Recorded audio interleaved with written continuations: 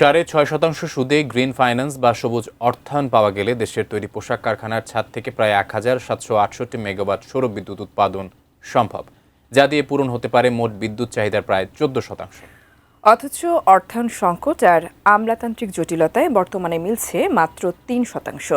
বৃহস্পতিবার রাজধানীর ব্র্যাক সেন্টারে এমন তথ্য তুলে ধরে সিপিডির গবেষণা বলছে, প্রাথমিক মূল্যায়িত 70 থেকে 75% প্রকল্পই চুক্তি পর্যন্ত পৌঁছাতে পারছে না। সম্প্রতি ভাসমান এলএনজি টার্মিনালে প্রযুক্তিগত জটিলতায় তীব্র আকার ধারণ করেছে জ্বালানি সংকট।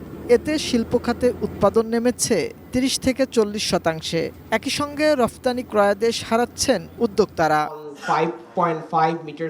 রাজধানীর ব্র্যাক সেন্টারে সেন্টার ফর পলিসি ডায়ালগ সিপিডি আয়োজিত আলোচনায় শিল্প খাত সংশ্লিষ্টরা জানান, গ্যাস সংকটে 10 থেকে 12 ঘন্টা পর্যন্ত লোডশেডিং সামলাতে নবায়নযোগ্য জ্বালানি হতে পারে সম্ভাব্য সমাধান। সিরিয়াসলি লুকিং টুয়ার্ডস এমপিপিএ, যেটা আমরা হয়তো অন্য জায়গায় করে সেখান থেকে আমরা হয়তো আমাদের এখানে গ্রিড কানেক্টেড করে নিয়ে আসতে পারবো। সিপিডির গবেষণা বলছে, দেশের তৈরি পোশাক কারখানার ছাদ থেকেই 14% বিদ্যুতের চাহিদা মেটানো সম্ভব, কিন্তু পরিকল্পিত বিনিয়োগে বাধা হয়ে দাঁড়াচ্ছে নীতিগত জটিলতা। সৌর বিদ্যুতের চুক্তি পর্যন্ত পৌঁছাতে পারছে প্রাথমিক মূল্যায়িত প্রকল্পের মাত্র 25 থেকে 30%। গার্মেন্টস খাতে সব মিলে প্রায় 9.7 মিলিয়ন স্কয়ার মিটার জায়গা রয়েছে, যেখানে রুফটপ সোলার হতে পারে ইন্ডাস্ট্রিতে, গার্মেন্টস ইন্ডাস্ট্রিতে, এবং যেখান থেকে প্রায় 1768 মেগাওয়াট ইলেকট্রিসিটি জেনারেট করবার সম্ভাবনা রয়েছে।